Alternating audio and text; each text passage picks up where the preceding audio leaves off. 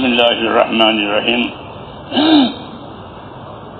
الحمد لله رب العالمين والصلاة والسلام على سيد المرسلين وعلى آله وأصحابه أجمعين أما بعد فأعوذ بالله من الشيطان الرجيم بسم الله الرحمن الرحيم ومن أحسن قولا ممن دعا إلى الله وعمل صالحا وقال إنني من المسلمين صدق الله العظيم.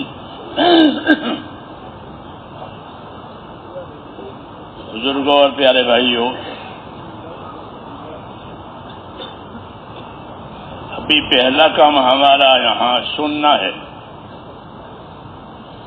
تو کیسا سننا ہونا چاہیے؟ ہمارا سننا کیسے ہونا چاہیے؟ تو ہم کو سکھایا ہے کہ سننا کیسا ہوگا.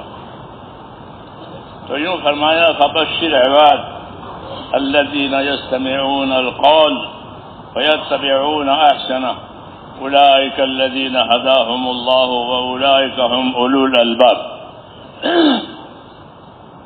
یہ فرمایا کہ بشارت دیجیے میرے بندوں کو. تو ہم کو بشارت دی جا رہی ہے، خوشخبری دی جا رہی ہے. جی ہاں، وہ بندے جو ارادے کے ساتھ سنتے ہیں، یہ کہا یستمعون القول، جو ارادے کے ساتھ سنتے ہیں. ہاں، یہ تو یہ کہ ارادہ نہیں ہے ادھر ادھر دیکھے کچھ کان پر آواز پڑ گئی، وہ نہیں. کہ بشارت دیجیے ان بندوں کو جو کہ ارادے کے ساتھ سنتے ہیں. جسے آپ کسی علاج کے لیے گئے ہیں تو ڈاکٹر کی بات کیسے سنیں گے؟ ادھر ادھر دیکھیں گے. ہاں، جب ڈاکٹر بات کر رہا ہو یا کسی وکیل سے معاملہ پڑ گیا اللہ نہ کرے، تو اس کی بات کیسے سنو گے؟ کہ اس کی بات دھیان سے سنیں گے، اپنی غرض کے لیے سنیں گے، اپنی مصلحت کے لیے سنیں گے.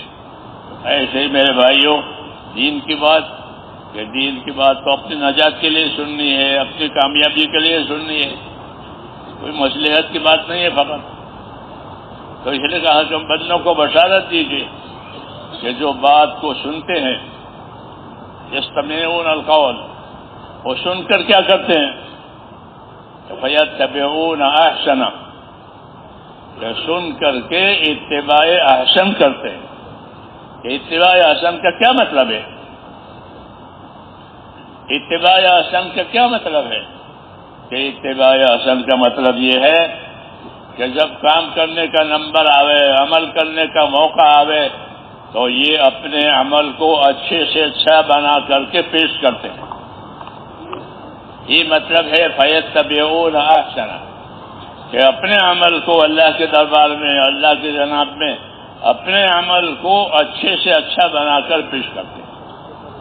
ان بندوں کے لیے بشارت ہے کہ بشارت دیجیے میرے بندوں کو جو میری بات کو ارادے کے ساتھ سنتے ہیں، اور جب بات ہو گئی اور عمل کا نمبر آیا تو اپنے عمل کو اچھے سے اچھا بنا کر پیش کرتے ہیں. جیسے آدمی کی عادت ہے کہ وہ اپنی ضرورت کی چیزیں، اپنی راحت کی چیزیں اچھی سے اچھی بناتا ہے، اچھی سے اچھی اختیار کرتا ہے. کیوں؟ کہ وہ میری ضرورت کے لیے ہے، میری راحت کے لیے ہے. تو یہ تو اپنی کامیابی کے لیے ضرورت راحت سے بھی آگے ہے. اس لیے دین کی بات کو اچھے سے اچھے انداز سے سننا، اور پھر اس پر عمل کا نمبر آوے تو اچھے سے اچھا عمل کرنا. یہ سننے کے بارے میں ہدایت بھی ہے کہ اس طریقے سے سننا ہو. اللہ کرے ہمیں اس کی توفیق ہو جائے کہ ہم اچھی طرح سنیں، اچھی طرح سمجھیں، اچھی طرح کریں.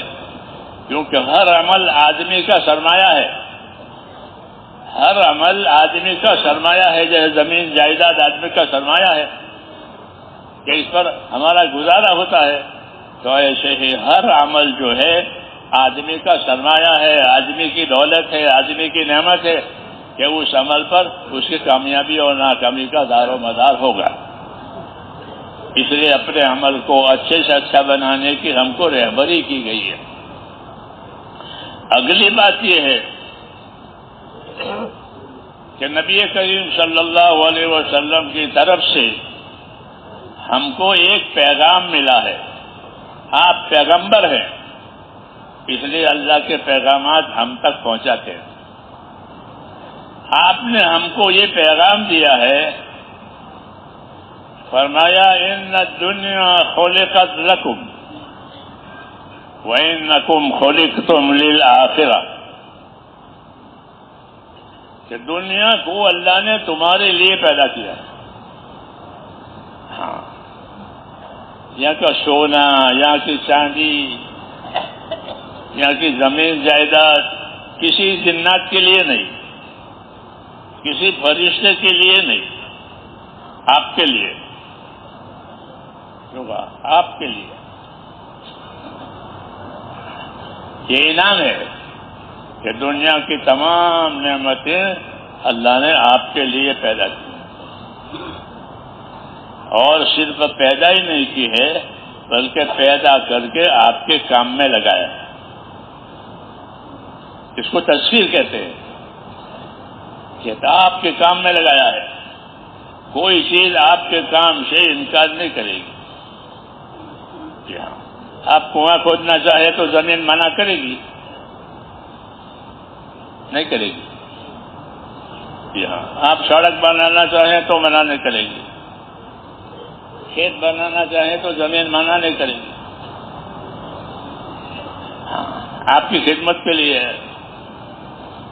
سمندر میں سفر کریں، سمندر منع نہیں کرے گا. ہاں، بلکہ ایک کنارے سے دوسرے کنارے پر آپ پہنچ جائیں گے، کیونکہ سمندر کو بھی آپ کی خدمت کے لیے پابند کیا ہے. وَسَخَّرَ لَكُمُ الْبَحْرَ، کہ ہم نے سمندر کو تمہاری خدمت کے لیے پابند کر دیا ہے. ہاں، تو بازاروں میں جو تجارتیں ہوتی ہیں اس سے بڑی تجارتیں سمندری راستے سے ہوتی ہے. ہاں، بڑی بڑی تجارتیں، بڑے بڑے جہاز. یہاں کیوں کہ سمندر کو اللہ نے آپ کے کام کے لیے پابند کر دیا. یہ نعمتوں کا بیان ہے کہ ان سب چیزوں کو آپ کے کام میں لگایا ہے. تسخیر، آپ کے کام میں لگا دیا. اب سوال یہ ہے کہ ان سب چیزوں کو ہمارے کام میں لگایا تو ہم کس کام کے ہیں؟ یہ سوال پیدا ہوگا. یہ سب چیزیں ہمارے کام کے تو ہم کس کام کے؟ تو اس کے لیے میرے بھائیوں ہماری رہبری کی گئی ہے کہ اللہ تعالیٰ نے ہم کو اپنی عبادت کے لیے پیدا کیا ہے. بس ہم کو اپنی عبادت کے لیے پیدا کیا ہے کہ میں نے جناتوں کو، کیونکہ جنات پہلے سے آباد ہے، اور پھر انسان، کہ میں نے انسانوں کو کہ اللہ کی عبادت کے لیے پیدا کیا ہے. میں نے اپنی عبادت کے لیے ان کو پیدا کیا ہے. یہ ہماری زندگی کا مقصد بتایا ہے کہ تمہاری پیدائش جو ہے وہ اللہ کی عبادت کے لیے ہے،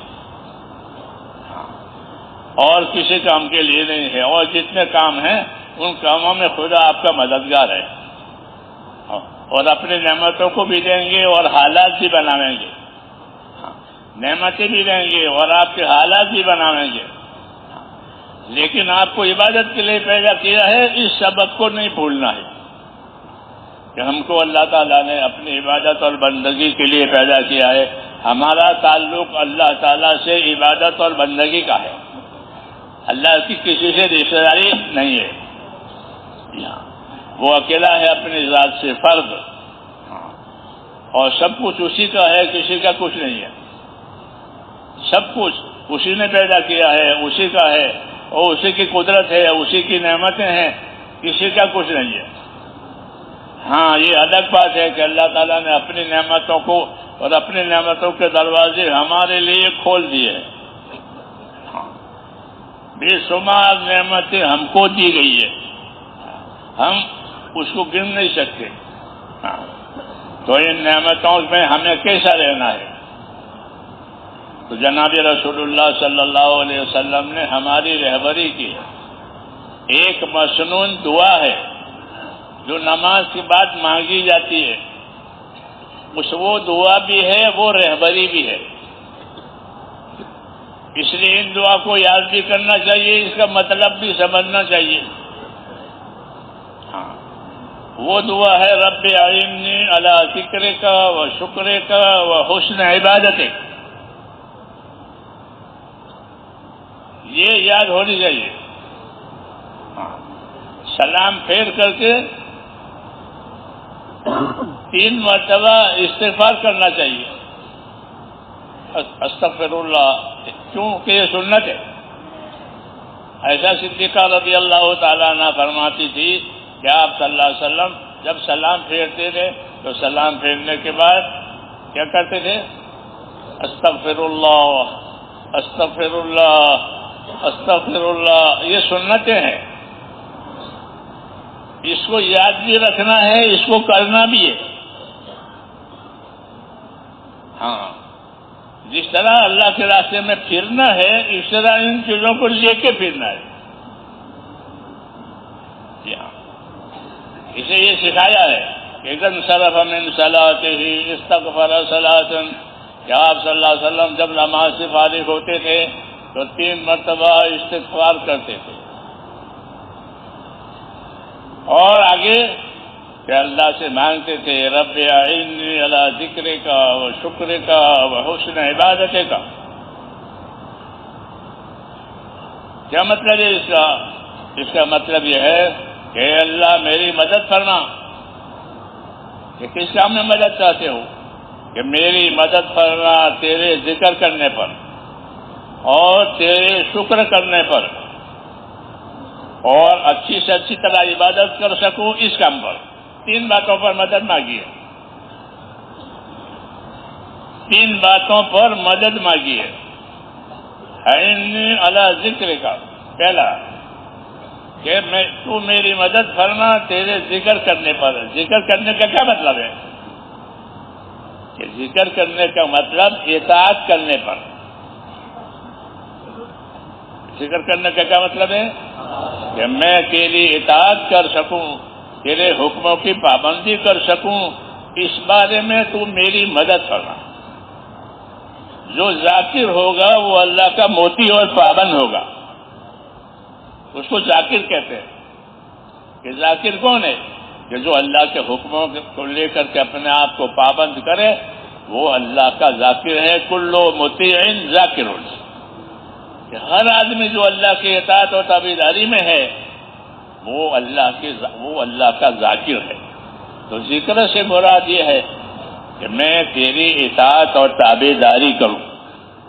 ہماری زندگی کا اصلی کام اللہ کی اطاعت ہے، رسول کی اطاعت ہے، اور اپنے بڑوں کی اطاعت ہے.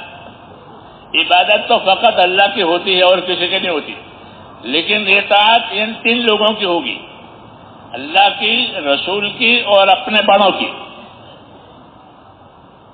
اطیعوا اللہ و اطیعوا الرسول و اولی الامر منکم.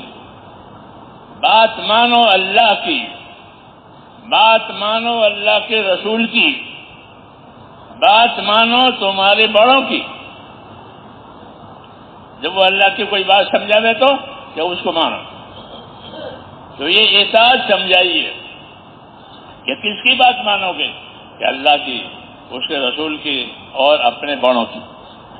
بڑوں کی بات ماننے میں ہم یہ دیکھیں گے کہ اگر وہ بات صحیح ہے، حکم والی ہے تو مانیں گے. حکم کے خلاف ہم کو کوئی بات سمجھاوے تو وہ نہیں مانیں گے. جی ہاں، یہ قاعدے کی بات ہے کہ اللہ کی بات مانو، اللہ کے رسول کی بات مانو، اپنے بڑوں کی بات مانو. اپنے بڑوں کی بات ماننے میں یہ شرط ہے کہ وہ اللہ کی رسول کی بات کہے تو ماننی، اور اس کے خلاف کہے تو پھر نہیں مانیں گے. تو اصل کام میرے بزرگوں زندگی میں جو ہے وہ اطاعت ہے. کہ ہماری زندگی میں اللہ تعالیٰ کی اطاعت اور تابعداری پر آوے. وما ارسلنا من رسول الا لیطاع باذن اللہ. کہ ہم نے جب کبھی کوئی رسول بھیجا ہے دنیا میں تو وہ اس لیے بھیجا گیا ہے کہ زندگیاں لوگوں کی اللہ کی اطاعت پر لاوے. یہ ہمارا اصلی کام ہوا کہ ہماری زندگیاں اللہ کی اطاعت اور تابعداری پر آوے، ہماری آزادی ختم ہو جائے، آزادی ختم، اب زندگی اطاعت اور تابعداری پر آوے گی، اپنے مال میں، اپنی جان میں، اپنی ہر چیز میں ہم اللہ کے اطاعت اور تابعداری میں زندگی گزاریں، یہ ہماری زندگی کا اصلی اور صحیح کام ہے، اور اسی سے اللہ تعالیٰ دنیا کے حالات بھی بنائیں گے اور آخرت کے حالات بھی بنائیں گے۔ اطیعوا اللہ واطیعوا الرسول لعلکم ترحمون، اطاعت کرو اللہ کی، اس کے رسول کی، تاکہ تم پر رحم ہو جائے۔ تو رحمت لانے کا راستہ کیا ہے؟ کہ اللہ کی رسول کی اطاعت کی جائے۔ تو اطاعت کا ایک فائدہ یہ ہوگا کہ حالات میں رحمتیں آئے گی، ہاں حالات میں مصیبتیں نہیں آئے گی بلکہ حالات میں رحمتیں آئے گی، کیوں کہ زندگیوں میں اطاعت ہے۔ دوسرا فائدہ اطاعت کا کیا ہوگا؟ کہ دوسرا فائدہ اطاعت کا یہ ہوگا کہ جس طرح رحمتیں آتی ہیں، اطاعت کرنے کی وجہ سے انسانوں کو ان کے نفسوں میں ہدایت ملے گی، یہ ہدایت کے ساتھ زندگی گزاریں گے، ہاں اپنی جان مال کو اللہ کے مرضی کے مطابق استعمال کریں گے، اپنی آخرت کو سامنے رکھ کر استعمال کریں گے، اس کو ہدایت کہتے ہیں کہ ہدایت کے ساتھ زندگی گزرے گی، یعنی جان کو، مال کو، اپنی طاقت کو اپنے اللہ کے حکموں کے مطابق سیکھ سمجھ کر اس کے مطابق استعمال کریں گے، اس کو ہدایت کہتے ہیں۔ تو یہ ایک دوسرا فائدہ اطاعت کا یہ ہوتا ہے کہ اگر زندگیاں اطاعت پر آئی تو اللہ تعالیٰ نفسوں کو ہدایت دیں گے، ہاں اس زندگی میں ہدایت آئے گی، اور ہدایت کے بعد اللہ تعالیٰ کے انعامات ہیں۔ جی ہاں، اہدنا الصراط المستقیم صراط الذین انعمت علیہم، پڑھتے ہیں قرآن پاک میں کہ یا اللہ ہم کو ہدایت دی سیدھے راستے کی، ہاں ان لوگوں کا راستہ ہم کو سوجا جن پر آپ نے انعامات کیے ہیں۔ تو ہدایت کے راستے میں اللہ تعالیٰ کے انعامات ہیں۔ جی ہاں، جن لوگوں نے ہدایت پر زندگیاں گزاری اللہ نے ان پر اپنے انعامات کیے ہیں۔ تو ہماری زندگی کا مقصد بھی یہی ہوتا ہے کہ زندگیاں اللہ کے اطاعت اور تابعداری پر آوے تاکہ اللہ کے انعامات کے ہم حقدار بنیں۔ جی ہاں، اور حالات کو اللہ تعالیٰ ہم اس کی وجہ سے صحیح کرے۔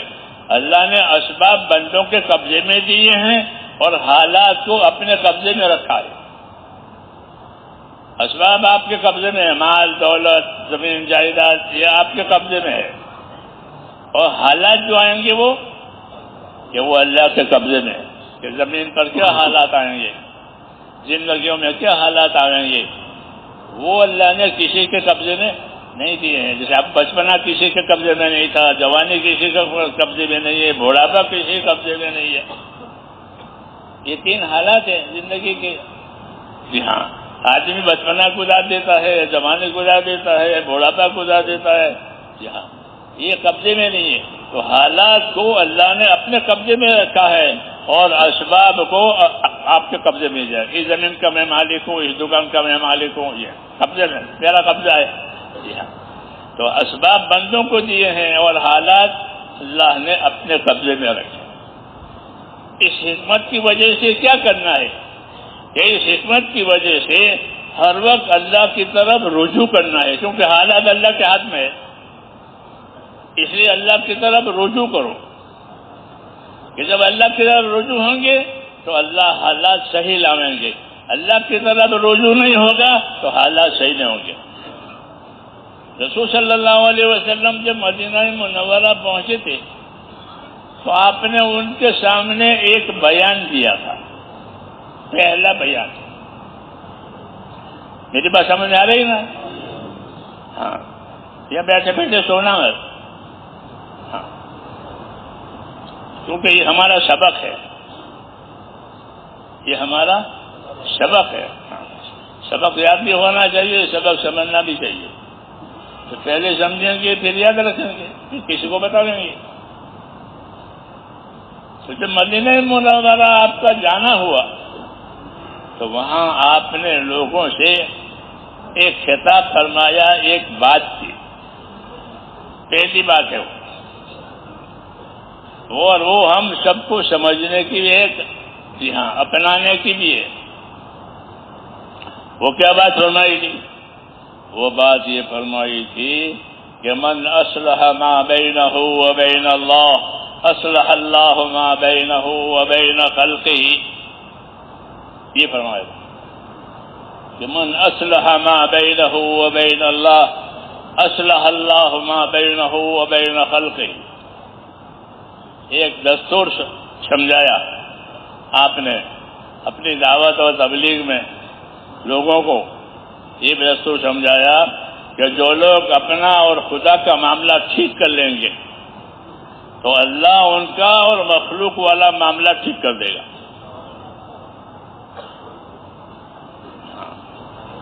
ہمارا معاملہ مخلوق سے ہے، بھئی آسمان پانی برسائے، زمین برکتیں نکالے، آپس کے تعلقات ہمارے صحیح ہو، ہماری جانوں میں، مالوں میں، اولادوں میں برکت ہو، یہ سب چاہتے نہیں سر،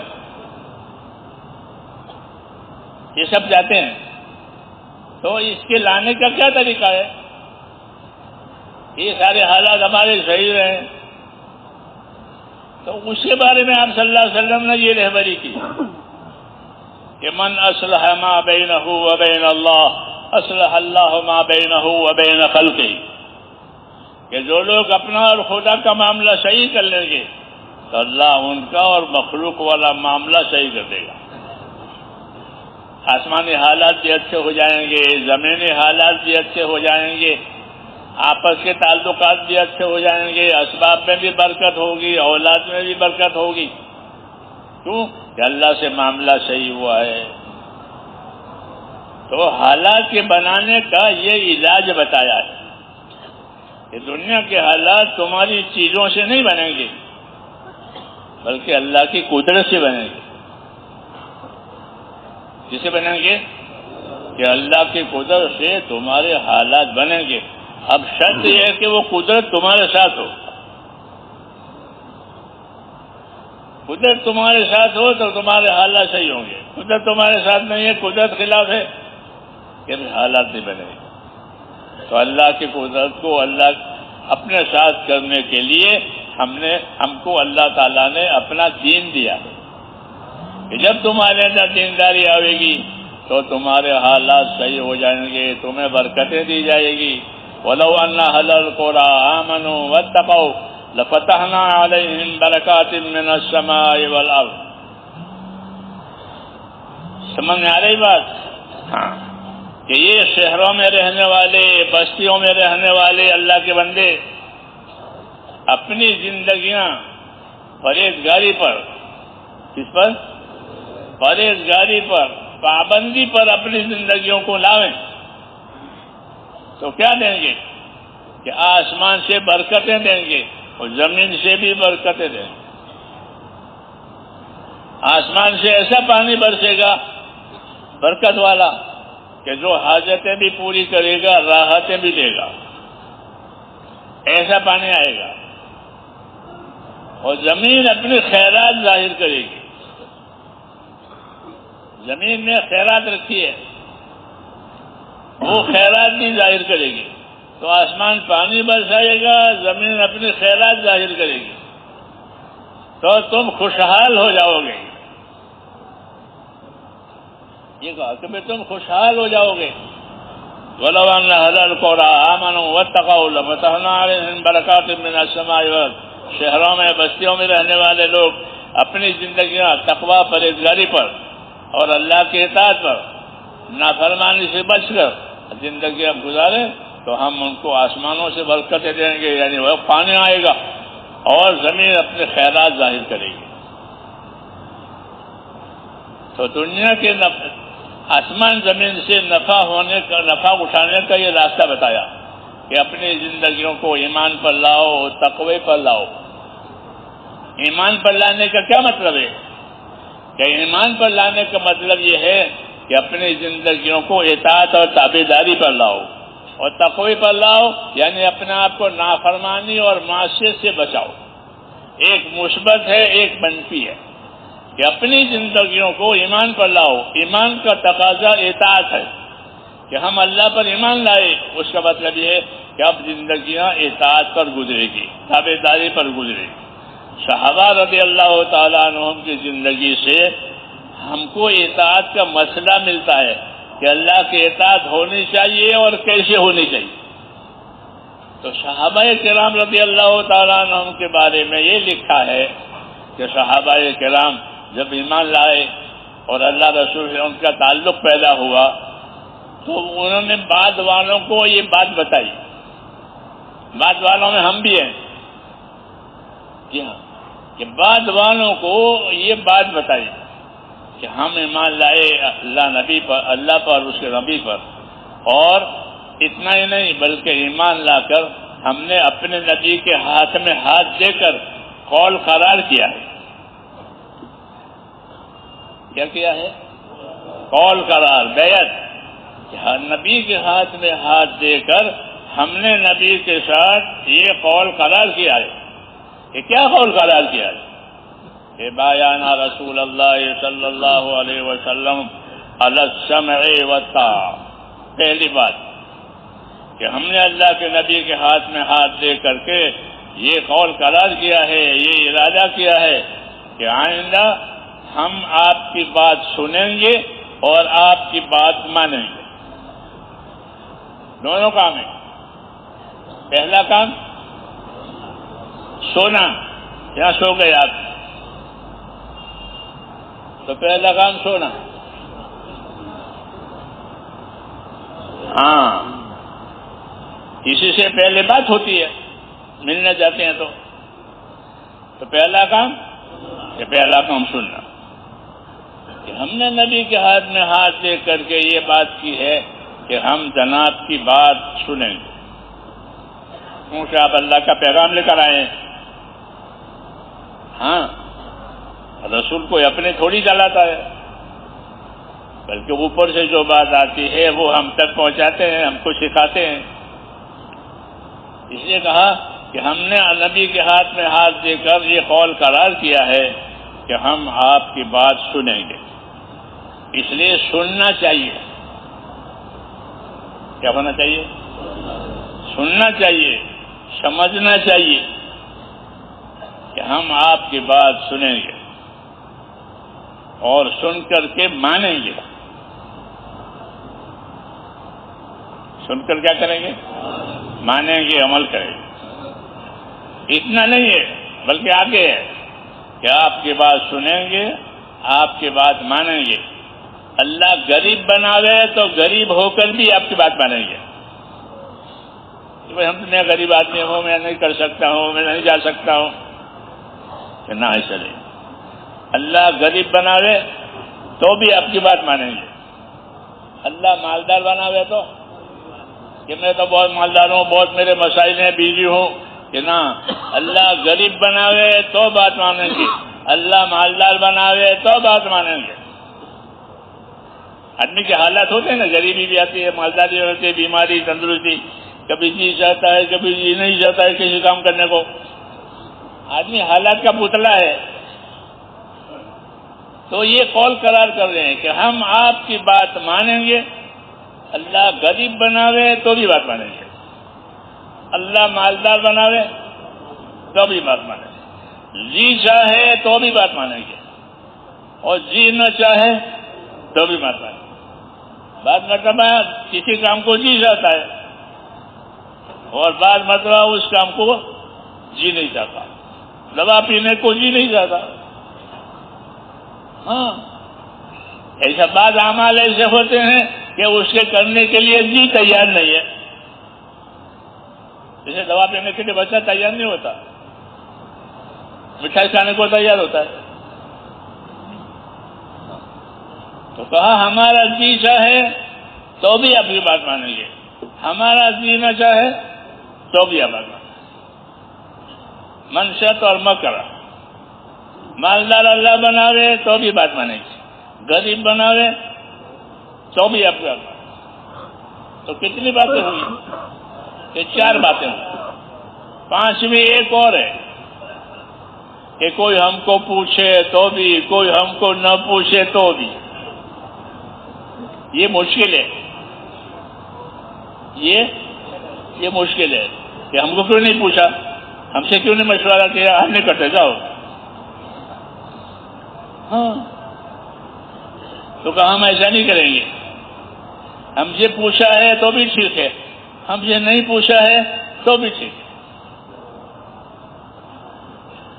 یہ تعلیم ہے کہ بات کو ہر حال میں ماننا ہے، اس کو اطاعت کہتے ہیں۔ مالدار بناوے تو، غریب بناوے تو، جی چاہے تو، جی نہ چاہے تو، کوئی ہم کو پوچھے تو، کوئی ہم کو نہ پوچھے، کوئی ہم کو آگے کرے تو، کوئی ہم کو آگے نہ کرے تو بھی۔ یہ ہوا اطاعت کا مسئلہ کہ اللہ رسول کی اطاعت کس طرح کرنی ہے کہ اس طرح کرنی ہے۔ یہ رہبری ہے ہمارے لیے دین پر چلنے میں، کہ دین پر چلنے کے لیے ہمیں یہ مزاج بنانا پڑے گا۔ جی ہاں، مزاج جیسے جانوروں کا مزاج بنتا ہے تو پھر وہ آپ کے تابع ہو جاتے ہیں۔ ہاتھی ہو، گھوڑا ہو، بیل ہو، اس کا مزاج ہو گیا، وہ مانوس ہو گیا۔ ہاں، ایسے ہی آدمی کا نفس، آدمی کی ذات، کہ وہ اللہ کے کام سے، اللہ کے حکم سے، دین سے مانوس ہو گیا۔ اب جو حکم آئے گا اس کے لیے وہ تیار ہے، جو چیز منع کریں گے اسے رک جائے گا۔ تو اس سے زندگیوں میں اطاعت آئے گی، اور یہی اصل دعوت ہے کہ ہماری زندگیوں میں اللہ تعالیٰ کی اطاعت آئے۔ ہاں، یہ مزاج بنانا پڑے گا۔ تو ہمارا چلنا پھرنا جو ہے وہ مزاج بنانے کے لیے ہے۔ ہاں، نفر سفر یہ مزاج بنانے کے لیے ہے کہ فلاں جگہ جاؤ، فلاں جگہ جاؤ، فلاں جگہ جاؤ۔ تو ایک فائدہ اس کا یہ ہے کہ ہمارا مزاج بنے گا۔ دوسرا فائدہ یہ ہے کہ جہاں جائیں گے وہاں والے ہم سے فائدہ اٹھائیں گے، ہماری بات سمجھیں گے، اور اگر وہ ہم سے زیادہ صلاحیت والے ہیں تو ہم ان سے فائدہ اٹھائیں گے، ان سے سیکھیں گے، ان سے پوچھیں گے، اور آپس کے تعلقات دینی بنیں گے۔ آپس کے تعلقات دینی بنیں گے کہ چل پھر کر کے آپس کے تعلقات کو دینی تعلق بناؤ، اپنی ذاتی تعلق نہیں بنانے ہیں۔ اللہ کے راستے میں پھر کر کے ذاتی تعلقات نہیں۔ پہلے شروع میں جب ہم جماعتوں میں جاتے تھے تو وہ بزرگ زمانے میں کہتے تھے کہ اپنے ذاتی تعلقات کسی سے مت کرو۔ کوئی تم سے تمہارا ایڈریس مانگے تو مرکز کا ایڈریس دو، اپنا ایڈریس مت دو، کیونکہ تم اللہ کے کام کے لیے گئے ہو تو اللہ والی بات چلاؤ۔ تو آپ کا ایڈریس دو، کیونکہ ہم بستی نظام الدین ہمارا ایڈریس۔ جی ہاں، ہمارا کوئی ایڈریس نہیں ہے، ہمارا یہ ایڈریس ہے کہ اپنے مرکز کا ایڈریس لو، کہ وہاں آؤ، وہاں دیکھو، وہاں ہم بھی ملیں گے، ہمارا کام بھی آپ کے سامنے آئے گا۔ ذاتی تعلقات نہیں پیدا کرنے، بلکہ تبلیغ میں ایسا پھرنا ہے جیسے آپ کہیں جا رہے تھے اور راستے میں نماز کا وقت آ گیا تو اور مسجد بھی آ گئی تو آپ کیا کریں گے؟ چلو نماز پڑھ لیں، نماز کا وقت ہے، نماز پڑھ لیں، اور ہمارا وضو بھی ہے۔ ہاں، یہ بھی یاد رکھو کہ باوضو رہو۔ کیسے رہو؟ ہاں، باوضو رہو، اس کا عادی بننا ہے۔ تقوی طہارت کے ساتھ تبلیغ میں پھریں، جنگلی انسانوں کی طرح سے نہیں، ہاں، بلکہ تقوی طہارت کے ساتھ۔ کس کے ساتھ؟ حاجی عبداللہ صاحب رحمۃ اللہ علیہ گری کر مر گئے، ان کو میں قصہ سنایا انہوں نے کہ ہمارے ایک بزرگ لکھنؤ کی طرف سے آ رہے تھے دہلی، تو راستے میں مسجد آ گئی اور ظہر کا وقت بھی ہو گیا، کہ ظہر کا وقت بھی ہو گیا ہے، لبے سڑک مسجد بھی ہے، نماز پڑھ لینی چاہیے، لیکن کوئی بندہ آ جاوے تو جماعت کریں، میں اکیلا ہوں، یہ سوچ رہے تھے۔ اتنے میں ایک بھائی جس کی شکل صورت اور گٹھڑی لکڑی کی سر پر، اور وہ آ رہے، جب وہ قریب آئے تو ان سے درخواست کی کہ مسجد بھی ہے، نماز کا وقت بھی ہے، ہم دو ہو گئے ہیں، آپ وضو کر لیں تو ہم دونوں نماز پڑھیں۔ ان کے سر پر گٹھڑیاں لگ رہی. انہوں نے کہا میرا وضو تو ہے. کیا کہا؟ میرا وضو تو ہے اور مسلمان تو بے وضو ہوتا نہیں. یہ بات، یہ طریقہ ہوتا ہے اپنا عمل بھی اور تبلیغ بھی. اپنا عمل کرے کہ میرا وضو ہے، اور تبلیغ کیا کہ مسلمان بے وضو نہیں ہوتا، یعنی مسلمان کو باوضو رہنا چاہیے. یہ تبلیغ. اپنا عمل اور تبلیغ، اپنا عمل اور تبلیغ دو کام کرنے ہیں. یہ طریقہ تھا صحابہ کہ اپنا عمل بھی ہے اور اس کی تبلیغ بھی ہے، اس کے ذریعے دوسروں کو بھی بتانا ہے. حضرت عمر رضی اللہ تعالیٰ عنہ پر وہ پارسی نے قاتلانہ حملہ کیا. وہ نماز پڑھا رہے تھے، وہ حملہ بہت زیادہ تھا، اس میں وہ بے ہوش ہو گئے. لوگ پریشان ہو گئے اور صحابہ آتے تھے، خیر خیریت پوچھتے تھے، امیر المومنین کی کیا حالت ہے. اتنے میں ایک صحابی آئے مسور ابن مخرمہ. انہوں نے پوچھا امیر المومنین کا کیا حالت ہے؟ کہ امیر المومنین زخمی پڑے ہوئے ہیں، اس نے حملہ کیا ہے نماز میں، ہوش نہیں ہے. انہوں نے فرمایا کہ ان کو ہوش میں لاؤ. امیر المومنین کو ہوش میں لاؤ. اللہ ہوش میں کیسے لائیں؟ ہوش میں کیسے لائیں؟ کہ ہوش میں ان کو لاؤ نماز سے. اسے ہاں، چنانچہ لوگوں نے جا کر کہا زخمی پڑے ہوئے ہیں، امیر المومنین الصلاۃ الصلاۃ. امیر المومنین نماز نماز آپ نے پڑھی؟ ہاں. اللہ، ہوش آ گیا، نماز کی بات سنی تو. ہاں، پھر اسی حالت میں نماز پڑھی، زخمی حالت میں، اور نماز پڑھ کر نماز کی تبلیغ کی. یہ طریقہ ہے. نماز پڑھ کر عمل بھی کرو، عمل کی تبلیغ بھی کرو. کیوں نہ پڑھو؟ جی ہاں. کیا تبلیغ کی؟ نماز پڑھ کر کے یہ فرمایا کہ لا حظ فی الاسلام لمن ترک الصلاۃ. اس آدمی کا اسلام میں کوئی حصہ نہیں ہے، محروم ہے. کون؟ کہ جو نماز ترک کرے. جو نماز ترک کرے اس کا اسلام میں کوئی حصہ نہیں، وہ محروم ہے. یہ تبلیغ کی کہ ہر مسلمان کو اپنے آپ کو اس طرح اسلام کا پابند ہے، اسلام میں نماز کا پابند ہے. یہ تبلیغ کی. تو یہ طریقہ ہوتا تھا بزرگوں کا کہ عمل بھی کرے اور عمل کی تبلیغ بھی کرے. یاد رکھو اس کو. ذکر کرو، ذکر کی تبلیغ کرو. علم سیکھو، اس کی تبلیغ کرو. خدمت کرو، اس کی تبلیغ کرو.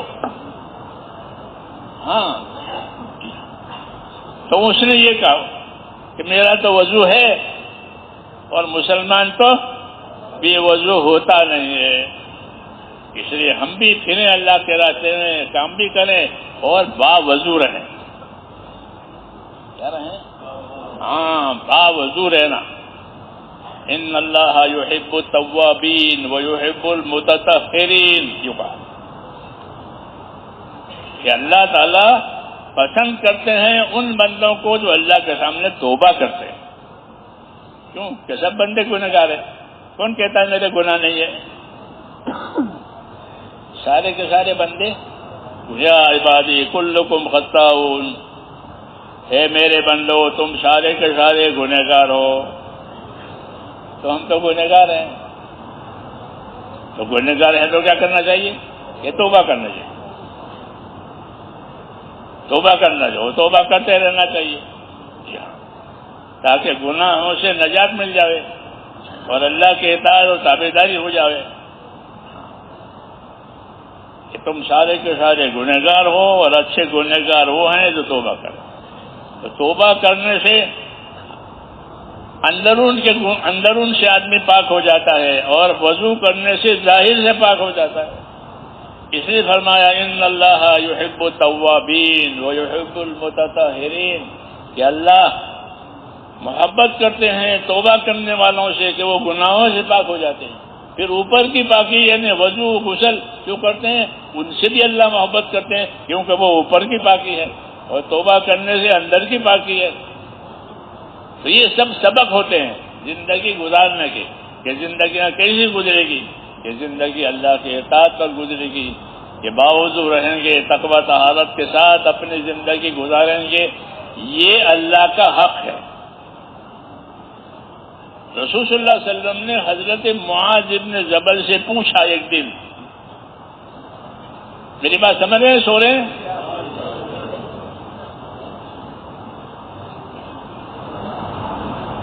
میں نے کیا کہا؟ ہاں، یہ ہماری بات چیزوں نے وہ سبق ہے۔ جی ہاں، تو معاذ بن جبل رضی اللہ تعالیٰ عنہ سے حضور صلی اللہ علیہ وسلم نے پوچھا کہ معاذ، تم جانتے ہو اللہ کا کیا حق ہے؟ یہ سوال کیا۔ یہ طریقہ ہے سکھانے کا، سوال کر کے پھر سکھاوے، کیونکہ یاد نہیں ہوگا تو کہا کہ مجھے تو معلوم نہیں ہے، تو اس میں طلب پیدا ہو جائے گی۔ سوال کر کے بتانے سے سننے والے میں طلب پیدا ہوتی ہے، یہ طریقہ ہے۔ تو یہ پوچھا کہ معاذ، تم کو معلوم ہے اللہ کا کیا حق ہے؟ حضرت کیا مجھ کو نہیں معلوم، آپ کو بھی نہیں معلوم ہے؟ تو ہم نے یہ سوال ڈالا کہ تم معلوم ہے اللہ کا کیا حق ہے؟ ہاں، ہماری پوری تبلیغ سیکھنا سکھانا ہے۔ تبلیغ میں کیا ہے؟ سیکھنا سکھانا پھر عمل کرنا۔ کہ معاذ، تم کو معلوم ہے اللہ کا کیا حق ہے؟ کہ جی حضرت مجھے نہیں معلوم ہے اللہ کا کیا حق ہے۔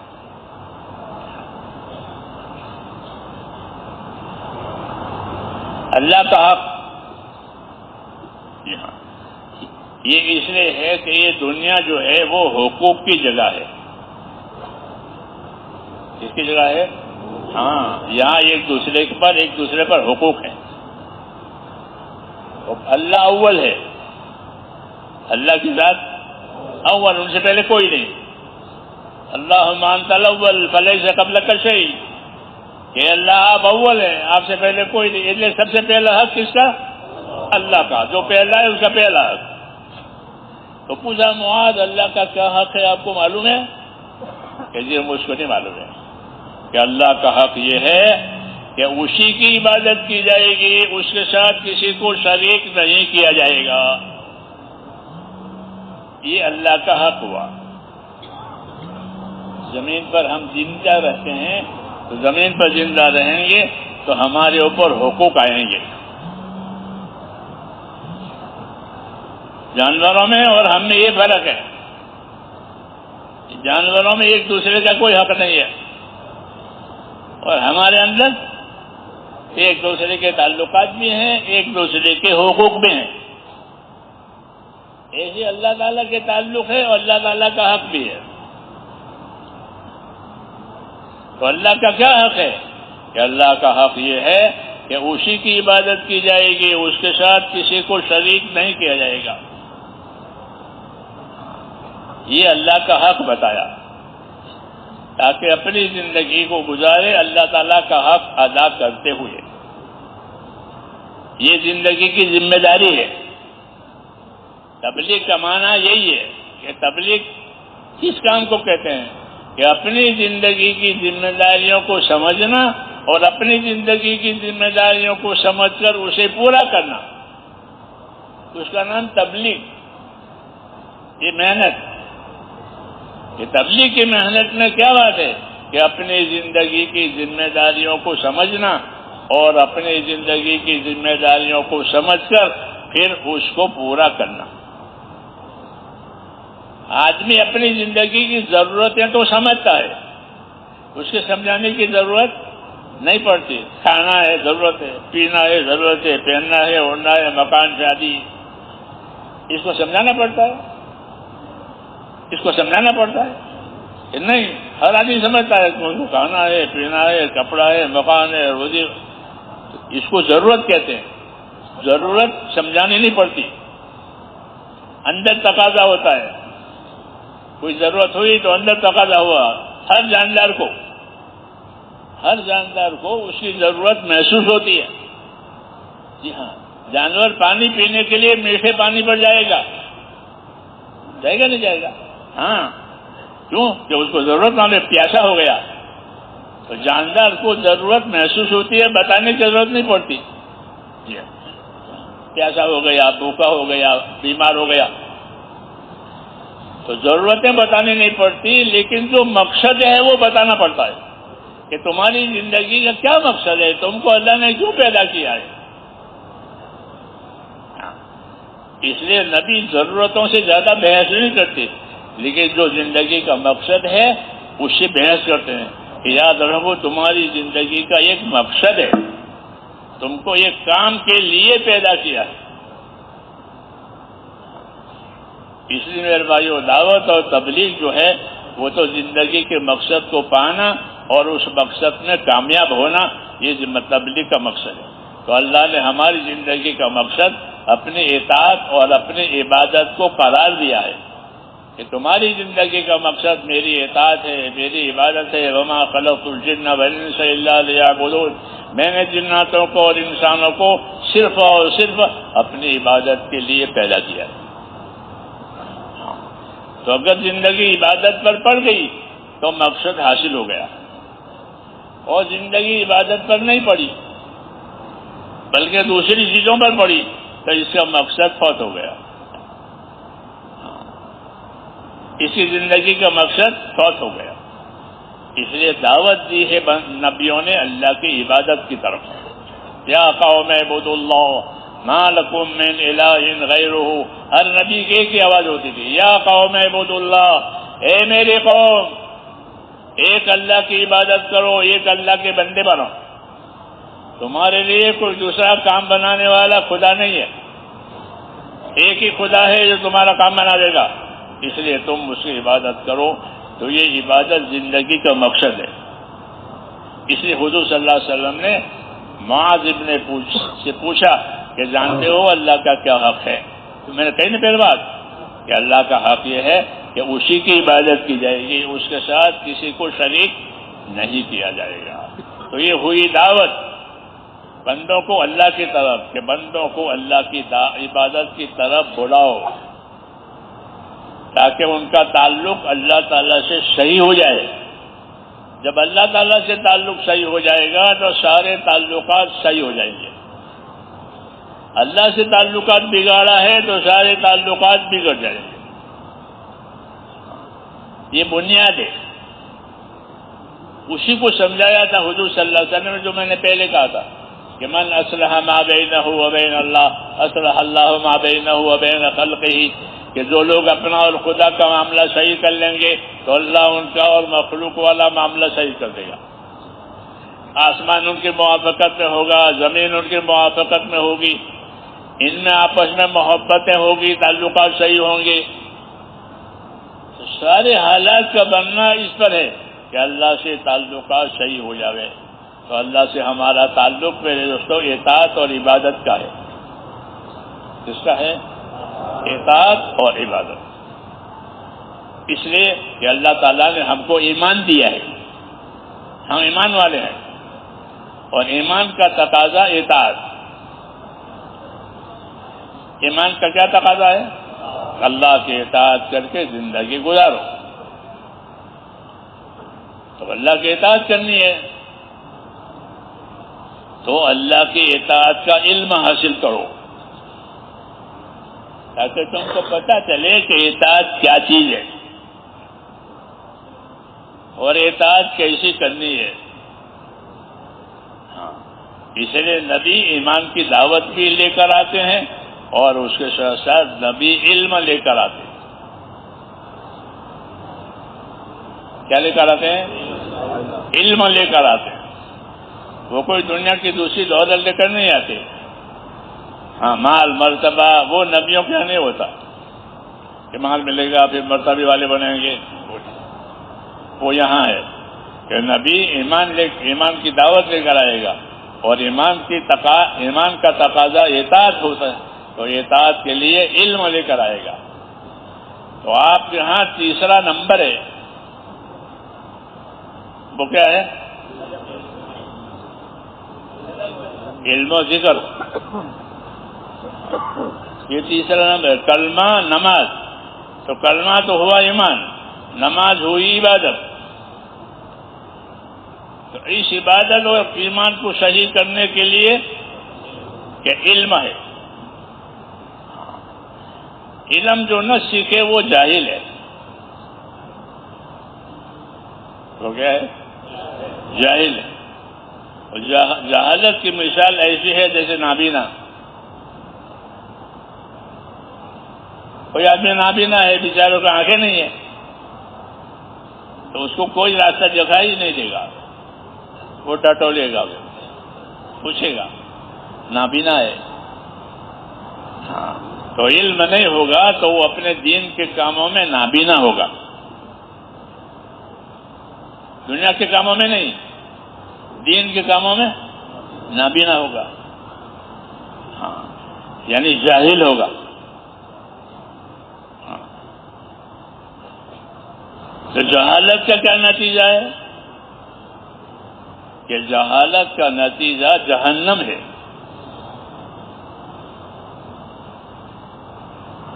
جہالت کہاں لے جائے گی؟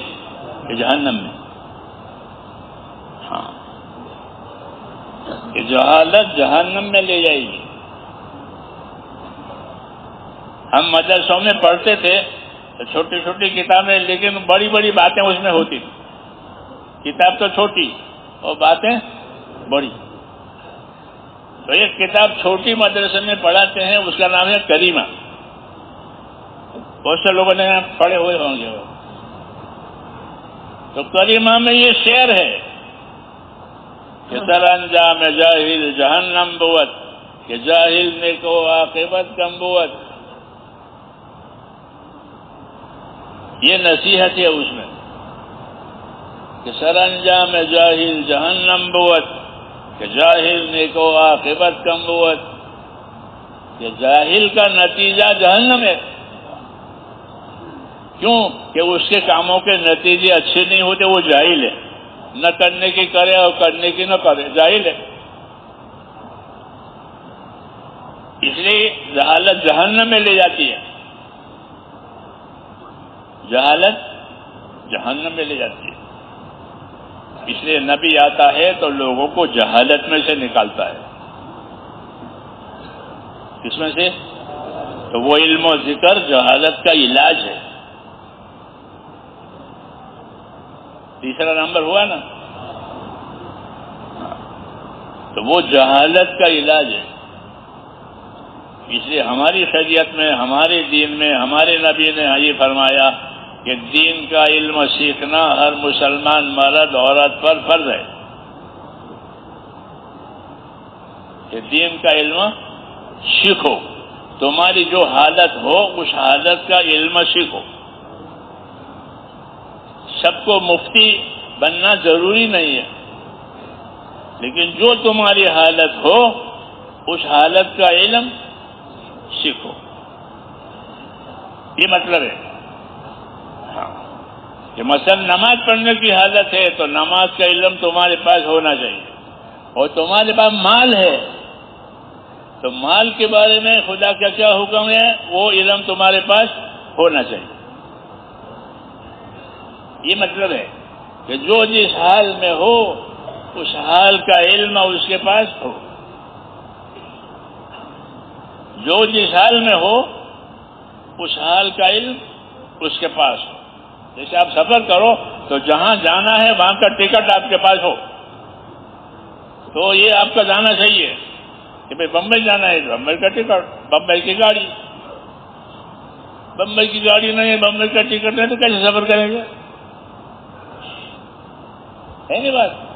کہ جہاں جانا ہے وہاں کی گاڑی، وہاں کا ٹکٹ، تو یہ آدمی مقصد کو پہنچ جائے گا. وہاں کا ٹکٹ بھی نہیں ہے، وہاں کی گاڑی بھی نہیں ٹکٹ جائے گا. تو جو حالت ہو اس حالت کا علم آپ کے پاس ہو. یہ مطلب ہے تیسرے نمبر کا، کہ تیسرا نمبر ہمارے ہاں علم و ذکر ہے. تو آپ جس حال میں ہو اس حال کا علم پوچھو یا کتاب سے سیکھو. دونوں باتیں صحیح ہے. پوچھ کے کرو وہ بھی صحیح ہے، یاد کر کے کتابوں سے کرو وہ بھی صحیح ہے. نہیں تو زندگی کی حالت پر چلی جائے گی. علم سیکھنا یعنی اپنے آپ کو جہالت سے بچانا، اور جہالت سے بچانا یعنی دوزخ سے بچانا. پھر اللہ نے علم کی دو قسمیں بنائی ہیں. علم کی دو قسمیں، ایک فضائل کا علم، ایک مسائل کا علم. ایک فضائل کا علم، ایک مسائل کا علم. فضیلت کا علم ہر مسلمان کو جاننا ضروری ہے تاکہ وہ اپنے عمل کی فضیلت اور قیمت جانے. سمجھ میں آئی بات؟ اگر فضیلت کا علم نہیں ہوگا تو عمل کرے گا اور عمل کی قیمت اس کو نہیں معلوم ہے. تو آپ نے کوئی ایسا بیپاری دیکھا ہے آپ کے شہروں میں کہ وہ کوئی آئٹم بیچتا ہے اور اس کی قیمت اور نفع اس کو نہیں معلوم ہے؟ ایسے دکاندار ہیں آپ کے یہاں؟ یہ صابن کی ٹکیاں بیچے 1 درجن، اور کیا قیمت ہے کیا نفع ہے کچھ خبر نہیں، بیچ رہا ہے. ایسے تاجر ہوتے ہیں؟ تو اب سنو، حضور صلی اللہ علیہ وسلم فرماتے ہیں کل الناس، کہ ہر آدمی، حدیث کا مفہوم ہے کہ ہر آدمی تاجر ہے. کل الناس بائع نفسہ موبقها او موتقها، کہ ہر آدمی اپنی زندگی میں تاجر ہے. یہ کہہ رہے ہیں. تو آپ سب تاجر ہو. 100% انسان تاجر ہے.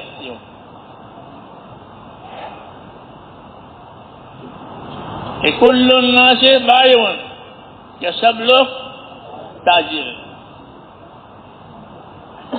اور اس تجارت میں نفع اٹھانے والے بھی ہیں اور خسارہ اٹھانے والے بھی ہیں. یہ کہہ رہے ہیں. تو کیا مطلب ہے حدیث کا؟ حدیث کا مطلب میرے بھائیوں یہ ہوا کہ ہر آدمی میں صلاحیت ہے، پاگل نہیں ہے. ہر آدمی میں سمجھ ہے، صلاحیت ہے. اس سمجھ صلاحیت سے 2 قسم کے لوگ ہو جائیں گے. بعض لوگ اپنی سمجھ صلاحیت سے صحیح نفع اٹھائیں گے، اور بعض لوگ اپنی صلاحیت کو غلط جگہ پر لگا لیں گے. سمجھ میں آئی نا بات؟ تو جو اپنی صلاحیت کو صحیح حال پر لگائیں گے وہ اپنی صلاحیت سے نفع اٹھائیں گے. اپنی آنکھوں سے نفع اٹھائیں گے، کانوں سے نفع اٹھائیں گے، اپنے مال اولاد سے نفع اٹھائیں گے، کیونکہ وہ ان کو صحیح لگا رہے ہیں. اور یہ غلط لگا رہے ہیں تو ان کو کوئی نفع نہیں. سمجھے نہیں؟ جیسے زمین کا بہت بڑا پلاٹ آپ کو مل گیا تو آپ نے اس پر کھیتی لگائی، کھیتی کے لیے بنایا، باغ کے لیے بنایا، تو یہ اچھا ہوا کہ باغ میں پھل آئیں گے ہر سال، اور کھیتی میں ہر موسم میں اناج آئے گا. آپ کو اناج کی بھی ضرورت ہے اور پھل کی بھی ضرورت ہے. اور دوسرے آدمی کو جو پلاٹ ملا تو اس نے کھیلنے کا گراؤنڈ بنایا. کیا بنایا؟ کہ میرا یہ پلاٹ لوگوں کا کھیلنے کے لیے ہے. تو اس کو کیا ملے گا؟ کچھ نہیں. اس نے اپنی زندگی کو کھیل بنایا. الذین اتخذوا دینہم لہوا ولعبا، کہ انہوں نے اپنی زندگی کو بجائے دین کے کھیل بنا دیا. تو پلاٹ ملا تھا تو کھیل بنایا، گراؤنڈ بنایا تو لوگ کھیلیں گے.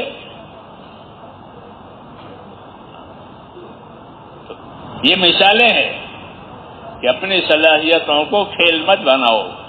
اللہ نے صلاحیت دی ہے، آنکھیں دی ہے، دماغ دیا ہے، سمجھ لی ہے یہ گراؤنڈ ہے، یہ گراؤنڈ ہے، ہاں اس سے فائدہ اٹھاؤ۔ کیا فائدہ اٹھانا ہے؟ کہ جس مقصد کے لیے پیدا ہوا ہے ان چیزوں کو اس میں استعمال کرو۔ ہاں سمجھے نہیں؟ آنکھوں کو، کانوں کو، اپنی طاقتوں کو اللہ کے حکموں میں استعمال کرو تو اس کا نفع آئے گا، نہیں تو وہ کھیل بن جائے گا۔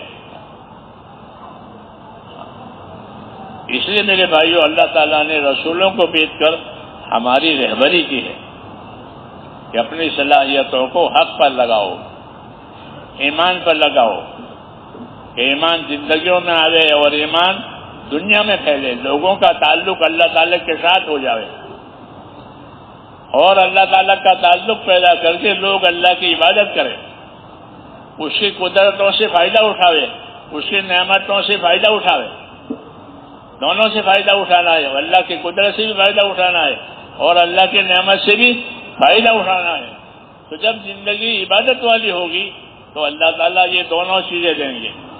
وَلَوْ أَنَّ أَهْلَ الْقُرَىٰ آمَنُوا وَاتَّقَوْا لَفَتَحْنَا عَلَيْهِمْ بَرَكَاتٍ مِّنَ السَّمَاءِ وَالْأَرْضِ۔ یہ شہروں میں بستیوں میں رہنے والے لوگ اپنی زندگی ایمان پر اور تقوی اور پرہیزگاری پر لگائیں تو ہم ان کو آسمان سے بھی برکتیں دیں گے اور زمین سے بھی برکت دیں گے۔ یہ وعدہ ہے کہ آسمان سے ایسا پانی آئے گا کہ جو زمین کی برکات کو ظاہر کرے گا اور زمین اپنی برکات کو ظاہر کر کے خوشحال ہو جائیں گے۔ کیا ہو جائیں گے؟ ہاں آسمان زمین کو آپ کی خدمت میں لگا کر آپ کو اللہ دنیا میں خوشحال بنائے گا۔ ہاں یہ قدرت سے نعمتیں دیں گے اور نعمتوں سے آپ کی زندگی خوشحال بنائے گی۔ اور اس کا راستہ کیا ہے؟ کہ اللہ کا یقین، ایمان اور اپنے اندر تقویٰ اور پرہیزگاری اور پابندی پیدا کر دیے کہ اللہ کے اطاعت پر زندگی گزرے اور اللہ کے نافرمانیوں سے بچے۔ پھر اگلی بات کہ اللہ تعالیٰ نے ہم کو ایمان کے ساتھ علم دیا کہ نبی علم لے کر آتا ہے، دنیا کی دولت لے کر وہ نہیں آتا، ورنہ دنیا کی دولت کے بارے میں اس کا کوئی پیغام ہوتا ہے۔ ہاں یہ ہوتا ہے کہ دنیا کی دولت کو صحیح طریقے سے استعمال کرو۔ اصل دعوت اس کی ہوتی ہے اللہ سے تعلق پیدا کرانے کی کہ اللہ سے تعلق پیدا کرو۔ کون سا تعلق ہے؟ بندگی کا۔ اللہ سے تعلق ہمارا عبادت اور بندگی کا ہے اور کوئی تعلق نہیں ہے۔ اللہ سے ہمارا تعلق عبادت اور بندگی کا ہے اور یہی تقاضا ہے کہ اللہ کا حق ہے کہ اللہ کی عبادت کی جائے، اور عبادت میں سب سے پہلے نماز ہے۔ کیا ہے؟ سب سے پہلے نماز، ایمان کے بعد نماز کا نمبر ہے۔ عبداللہ ابن مسعود رضی اللہ تعالیٰ عنہ ایک بات کہتے تھے، سمجھانی بات، ایک بات وہ کہتے تھے اور بڑی وزنی بات ہے،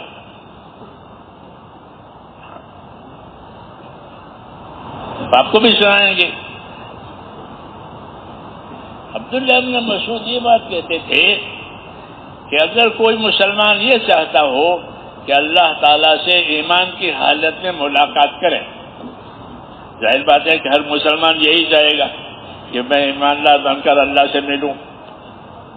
ایسا کون کب بکتا ہوگا تو بے ایمان ہو کر اللہ سے ملے؟ ہاں تو کہا کہ جو آدمی اللہ سے ایمان کی حالت میں ملاقات کرنا پسند کرتا ہو تو اس کو کیا کرنا چاہیے؟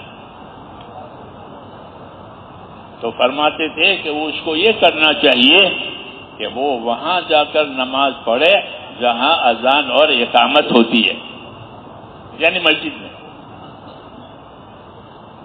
مسجد میں جا کر باجماعت نماز پڑھنے کی یہ فضیلت وہ بتا رہے ہیں کہ اگر مسجد میں جا کر باجماعت نماز پڑھا کرے گا تو اللہ سے ایمان کی حالت میں ملاقات کرے گا۔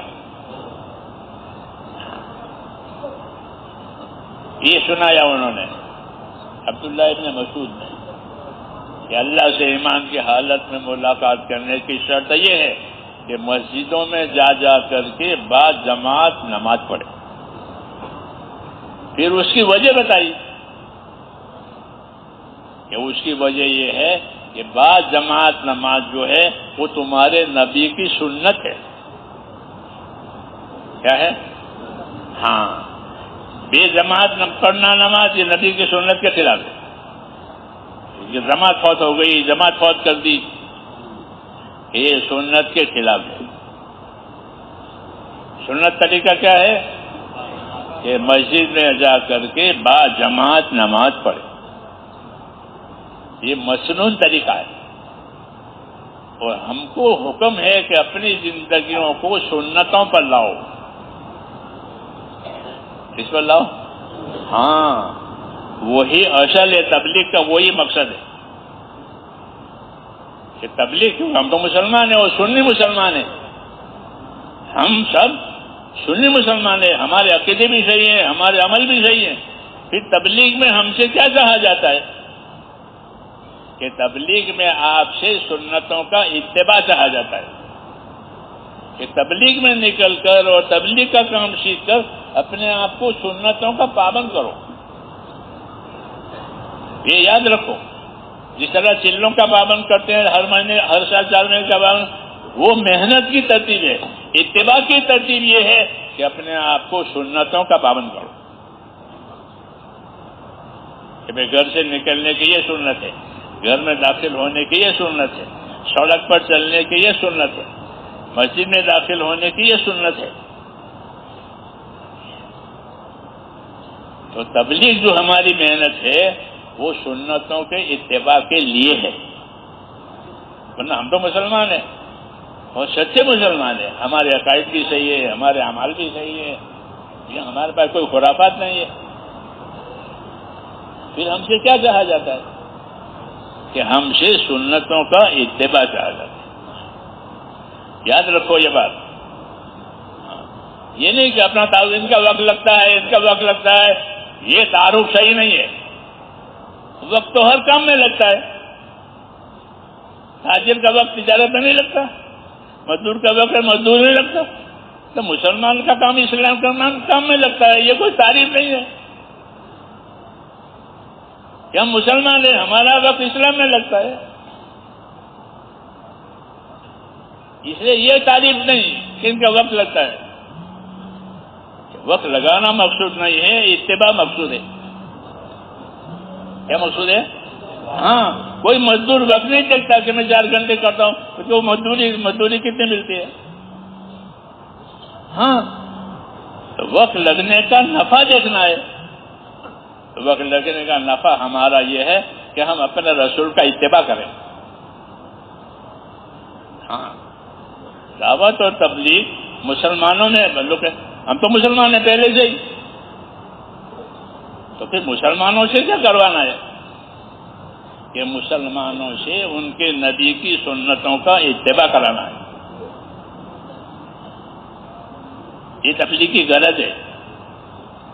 اس کے لیے وقت لگنا ہے، اس کے لیے پھر پھیرنا ہے تاکہ زندگیاں سیکھ سمجھ کر اتباع پر آ جائے. مولانا الیاس صاحب رحمۃ اللہ علیہ کی باتیں، ان کے ارشادات آپ پڑھو گے تو آپ کو یہ رہبری ملے گی کہ ہم کوئی نئی بات لے کر دنیا میں نہیں آئے ہیں. ہمارے پاس کوئی نئی چیز نہیں ہے، بلکہ جس چیز میں ہم سے کمی آئی تھی، کمزوری آئی تھی، اس کو صحیح کرنا ہے. اور وہ یہ ہے کہ ہماری زندگیاں حضور صلی اللہ علیہ وسلم کی سنتوں پر اور آپ کے طریقوں پر آ جائے. صحابی یہ کہہ رہا ہے کہ حضور صلی اللہ علیہ وسلم جب صبح میں ان کی آنکھ کھلتی تھی تو کیا کرتے تھے کہ کان یمسح النوم عن وجهه. جب آپ کی آنکھ کھلتی تھی اٹھنے کے لیے تو پہلا کام کیا ہوتا تھا کہ نیند کا خمار اپنے چہرے سے پوچھتے تھے، پھر اٹھنے کی دعا پڑھتے تھے، پھر سر پر ٹوپی رکھ کر چپل پہن کر اپنے حاجت کے لیے استنجا کے لیے وضو کی طرف جاتے تھے. یہ مثال ہے. یہ کیا ہے؟ یہ مثال کہ ہم نے اپنے نبی کو اس حال میں دیکھا. وہ یہی بات صحیح ہے کہ ہم اپنی زندگی میں اپنے نبی کے طریقوں کو دیکھیں گے، ورنہ ہم تو الحمدللہ مسلمان ہیں. کیا ہے؟ تو کمی کسی کی پوری کرنی ہے کہ طریقوں کی، یہ زندگیاں طریقوں پر آ رہی، اور ہمارے نبی کا طریقہ وہ اصل ہے.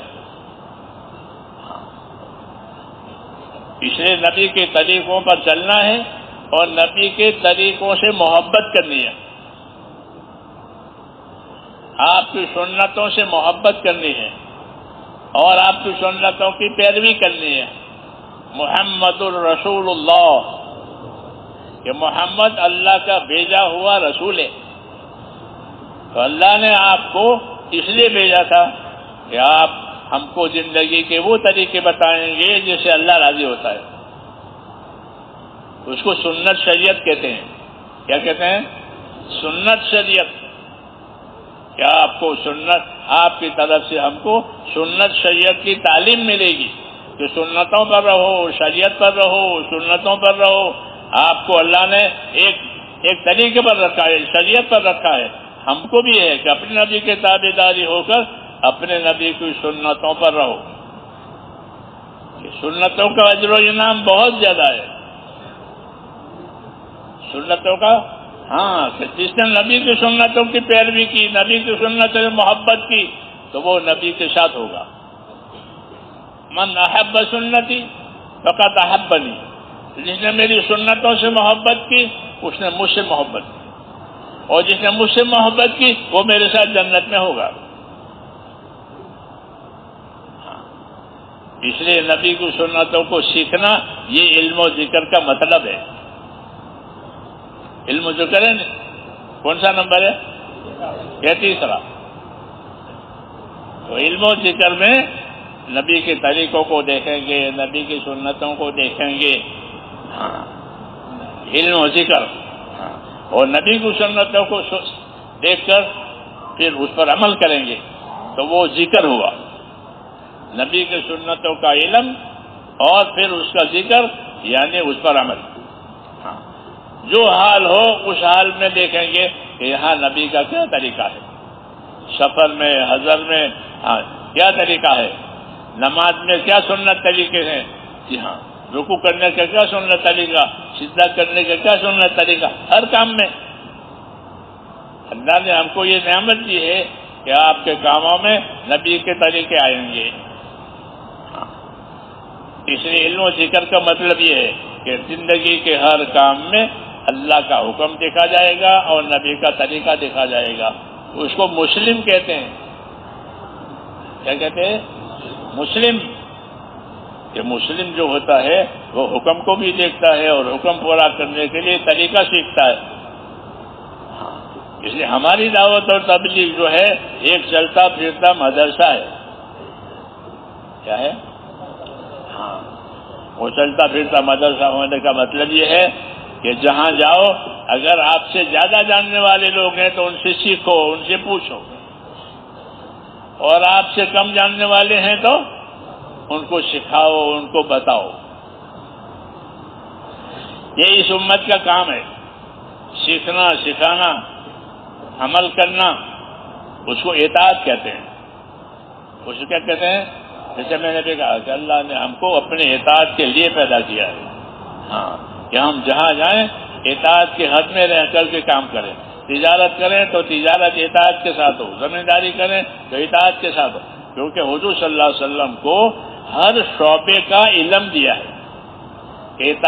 کھیتی کا کیا دین ہے، مزدوری کا کیا دین ہے، عہدوں کا کیا دین ہے، زمینداری کا کیا دین ہے، یہ آپ کو دکھایا گیا ہے. اس کو علم و ذکر کہتے ہیں. کیا آپ صلی اللہ علیہ وسلم کو اللہ نے علم و ذکر دیا ہے. زندگی کے 4 شعبے ہیں، زمینداری اور تجارت، عہدیداری اور مزدوری. یہ 4 روزگار کے لیے. ان چاروں کا آپ کو علم دیا ہے. مزدوری کا کیا دین ہے، عہدیداری کا کیا دین ہے، زمینداری کا کیا دین ہے. جی ہاں، تو ہر شعبے کا آپ کو علم دیا گیا. اس لیے آپ نے سب کو اللہ کی طرف بلایا، میرے پاس آؤ، میں تم کو یہ علم دوں گا. تو تمہاری تجارت کہ تم اللہ کی اپنی تجارت سے اللہ کو راضی کر لو گے. تمہاری مزدوری کہ تمہاری مزدوری سے اللہ راضی ہو جائے گا. تمہاری عہدیداری کہ تمہاری عہدیداری سے اللہ راضی ہو جائے گا. تمہاری زمینداری کہ تمہاری زمینداری سے اللہ راضی ہو جائے گا. میں تمہیں ایسا طریقہ دیتا ہوں تاکہ ہر کوئی اپنے شعبے میں اللہ کو راضی کر کے اطاعت کے ساتھ زندگی گزارے. یہ مقصد ہے آپ صلی اللہ علیہ وسلم کے آنے کا کہ ہر شعبے میں اللہ کا دین آوے. مولانا محمد یوسف صاحب رحمۃ اللہ علیہ فرماتے تھے کہ ہمارے دین میں ہر شعبے کے فضائل ہیں، ہر شعبے کے مسائل ہیں. تجارت کی کیا فضیلت ہے، زمینداری کی کیا فضیلت ہے، مزدوری کی کیا فضیلت ہے، عہدیداری کی کیا فضیلت ہے. تو ہر شعبے کی فضیلتیں ہیں کہ بھائی زمینداری کی کیا فضیلت، زمیندار ہے. تو عبداللہ ابن عباس فرماتے تھے کہ کھڑی کھیتی تسبیح پڑتی ہے. مثال دے رہا ہوں کہ آپ نے کھیتی کھڑی کی ہے تو کھڑی کھیتی تسبیح پڑتی ہے اور اس کا ثواب کھیتی والے کو ملتا ہے. تسبیح کا ثواب. ہم کہتے صبح شام اپنی تسبیح پوری کرو، ہمارے ساتھی کہتے ہیں ہاں تو صبح شام آپ اپنی تسبیح پوری کرتے ہیں. آپ کی کھیتی بھی تسبیح پڑتی ہے اور اس کا ثواب کھیتی والے کو ملتا ہے. کہ اس نے گنا کی کھیتی کھڑی کی ہے، وہ گنا تسبیح پڑتی ہے، وہ ثواب کس کو ملے گا؟ کھیتی والے کو. یہ کھیتی کی فضیلت ہے. جی ہاں، فضائل. اس میں چوروں نے چوری کر لی، گنا توڑ کے لے گئے، ہوتا ہی نہیں کہ چور تو چوری کر کے لے گیا لیکن آپ کو صدقے کا ثواب ملے گا. چور وہ تو چوری کر کے لے گیا تو اس کے حصے میں تو چوری ہے اور آپ کا نقصان ہوا ہے کیونکہ وہ چوری کر کے لے گیا. تو آپ کو اس نقصان میں صدقے کا ثواب ملے گا کہ گویا آپ نے اس پر صدقہ کیا گنے کا. یہ فضائل کھیتی کی، جیسے ذکر کے فضائل آپ کے قرآن پڑھنے کے فضائل ہو رہے ہیں. کھیتی کے فضائل ہیں کہ چور نے چوری کی اس کو وبال ہے اس کے لیے. تو آپ کو کیا آپ کو اس نقصان کا ثواب ملے گا. جانوروں نے چل لیا کہ اس کا بھی آپ کو ثواب ملے گا. جانور چل گئے جو تو نقصان ہوگا اس کا ثواب ملے گا اور صحیح سلامت ہوگا تو مال گھر میں آئے گا. صحیح سلامت رہا تو گھر میں مال آئے گا کھیتی کا. ہاں تو مال بھی آوے ثواب بھی آوے. یہ ایمان کی برکت کہلاتی ہے کہ اللہ نے ہم کو ایمان دیا تھا اس کی یہ برکت ہے. ہاں کہ ہمارے مال بھی گھر میں آئے گا اور مال پر کوئی چیز آئے گی تو اس کا ثواب بھی ملے گا. یہ کھیتی کے فضائل کی مثال میں نے دی ہے. اس لیے فضائل کا علم یاد ہوگا تو ایمان تازہ رہے گا.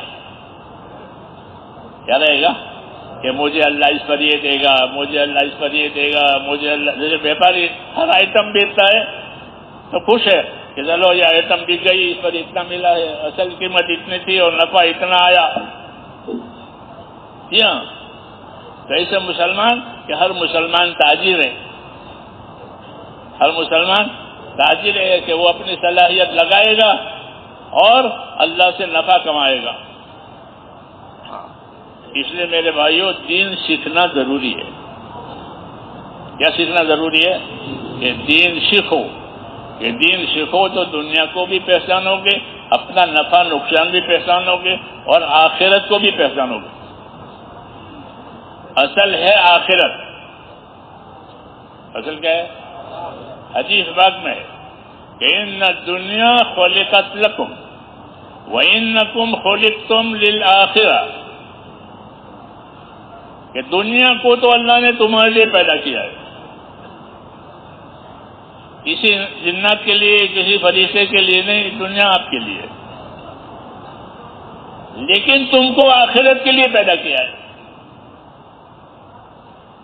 تو آخرت کے پیدا کرنے میں دو مطلب ہے، اس بات کے دو مطلب ہے کہ تم کو آخرت کے لیے پیدا کیا ہے، یہ لہذا یہاں رہنے نہیں دیں گے، یہاں رہنے نہیں کے لیے جائیں گے آخرت میں۔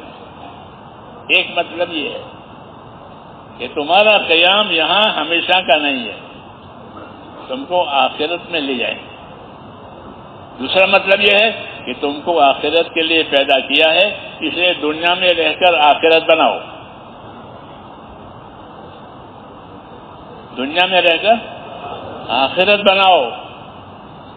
ہاں، یہ حکم ہے یہ کہ وابتغِ فیما آتاک اللہ الدار الآخرہ ولا تنس نصیبک من الدنیا، کہ دنیا میں اللہ تعالیٰ نے تم کو پیدا کیا ہے تو دنیا میں رہ کر اپنی آخرت کا حصہ تیار کرو۔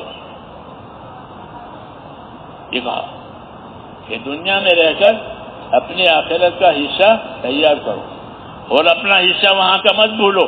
کیوں کہ اگر وہاں کا بھول گیا اور یہاں کا چھوٹ گیا موت پر تو کچھ نہیں ہے،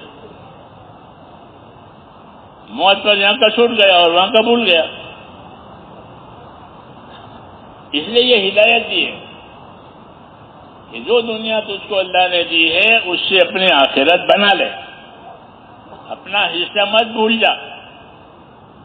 لوگ اپنا بھولتے ہیں، بیٹوں کا، ان کا، میرے بیٹوں کا یہ، میرے بیٹوں کا یہ۔ ارے بھائی تو اپنا تو پہلے بنا لے، ہمدردی کی بات ہے کہ تو اپنا تو بنا لے پہلے، پھر بیٹوں کا تو کہا تو اپنا حصہ مت بھول جا۔ تو دنیا سے اپنا حصہ لینے کا کیا طریقہ ہے کہ دنیا سے اپنا حصہ لینے کا طریقہ یہ ہے کہ اپنی دنیا کو دین میں استعمال کرو۔ اس میں کہ اپنی دنیا کو دین میں استعمال کرو۔ جب دین میں دنیا استعمال ہوگی تو وہ دین کے ساتھ آخرت میں جائے گی، اور دین میں استعمال نہیں کرو گے، خواہشات میں استعمال کرو گے تو پھر تمہارے ساتھ نہیں جائے گی، بلکہ تمہیں اس کا حساب دینا پڑے گا۔ اس لیے ہدایت دی ہے کہ وابتغِ فیما آتاک اللہ الدار الآخرہ، تو اس کو جو دنیا ملی ہے اس سے اپنی آخرت بنا لے۔ تو آخرت بنانے کے لیے ہم کو دین دیا کہ جب ہماری دنیا آخرت دین پر استعمال ہوگی، ہماری فرصت دین پر لگے گی، ہماری صلاحیت دین پر لگے گی، ہمارا مال اولاد ہم دین پر لگے، تو یہ ہمارا نفع ہوا۔ اس لیے حکم ہے کہ اپنی دنیا سے آخرت بناؤ، یعنی دیندار بنو۔ کیا بنو؟ دیندار بنو گے تو اپنی دنیا سے آخرت بنا سکو گے۔ دیندار نہیں بنے گا تو دنیا سے دنیا بنائے گا۔ چھوٹا مکان تھا، بڑا مکان بنایا، دنیا سے دنیا بنائی۔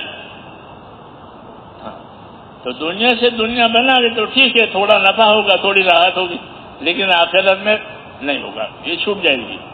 اس کا دنیا سے دین بناؤ۔ اس لیے دین بنانے کے لیے ہم کو اللہ تعالیٰ نے نبی بھیجا ہے کہ اپنی دنیا سے دین کیسے بناؤ گے؟ کہ نبی کے طریقے سے۔ اس سے نبی کے طریقے سے کھانے میں، پینے میں، کمانے میں، عبادت کرنے میں نبی کا طریقہ ہوا تو دنیا سے دین بنے گا۔ اس لیے علم و ذکر کے بغیر دنیا سے دین نہیں بنے گا۔ اس کے بغیر علم و ذکر سے دنیا سے دین بنے گا۔ اس لیے علم سیکھو، فضائل کا علم بھی سیکھو، مسائل کا علم بھی سیکھو۔ کہ فضائل کا علم سیکھو گے تو اپنے عمل کی قیمت تمہارے سامنے آئے گی، اس کا نفع تمہارے سامنے آئے گا یہاں۔ اور کیا سیکھو؟ کہ نبی کا طریقہ سیکھو، کہ اپنے عمل کو نبی کے طریقے پر لاؤ تو وہ عمل اللہ کے ہاں قبول ہو جائے گا اور اس عمل کا اللہ بدلہ دے گا۔ اس لیے میرے بھائیوں، علم و ذکر جو ہے وہ ہمارے کام کی بڑی چیز ہے۔ لوگوں نے نقل و حرکت کو تو بہت بڑھایا اور علم و ذکر کو گھٹایا. ہاں، حالانکہ وہ نقل و حرکت علم و ذکر بڑھانے کے لیے تھی. ہاں، کہ پھرو اور علم و ذکر کو بڑھاؤ. جیسے چکی چلے اور آٹا نکلے، چکی چلے اور آٹا نکلے، یا خالی چکی چلے؟ بولو کہ خالی چکی چلے تو کیا فائدہ ہے؟ خالی ہل چلے تو کیا فائدہ ہے؟ نہیں، چکے میں کو ڈالو، کو نکالو، کو ڈالو، کو نکالو. تو اپنا پھرنا علم و ذکر کے ساتھ. اس کے ساتھ علم و ذکر لیتے بھی رہو، علم و ذکر دیتے بھی رہو. تو ایسا ہے جیسے چکی سے دانا، وہ دانے سے آٹا، پھر آٹے سے روٹی آسان ہے. تو ہماری نقلوں میں ہے علم و ذکر کے لیے ہے. اس کے لیے علم و ذکر کے لیے ہے. اور چوتھا نمبر جو ہے وہ اللہ کے بندوں کے ساتھ ہمدردی کرنے کے لیے ہے. ہماری کوئی غرض نہیں ہے کسی سے، بلکہ ہمارے اندر کیا ہے؟ ہمدردی ہے کہ ہمارا بھی نفع ہو جاوے، ہمارے بھائیوں کا بھی نفع ہو جاوے. اس لیے حرکت کرو. کیا کرو؟ کہ علم دیتے رہو، علم لیتے رہو، عمل کرتے رہو، عمل سکھاتے رہو. اور کیا لینا ہے؟ کہ کچھ نہیں لینا ہے. پانچواں نمبر کہ کچھ نہیں لینا ان سے، ان کو دینا ہے، ان کو دینا ہے. کہ اللہ کے لیے کر رہے ہیں، اللہ کے لیے سنا رہے ہیں، اللہ کے لیے بتا رہے ہیں کہ آپ سے کچھ نہیں جاتا. کہ ہدایت والوں کی یہ دو نشانیاں ہیں. اتبعوا من لا يسألكم اجرا وهم مهتدون. سورہ یاسین کی آیت ہے کہ ان لوگوں کی بات مانو، اتبعوا کہ وہ آپ سے کچھ نہیں مانگیں گے اور ان کی زندگی ہدایت والی ہے. تو جو دعوت والے ہوتے ہیں وہ اللہ کی دعوت دیتے ہیں اور لوگوں سے کچھ نہیں مانگتے،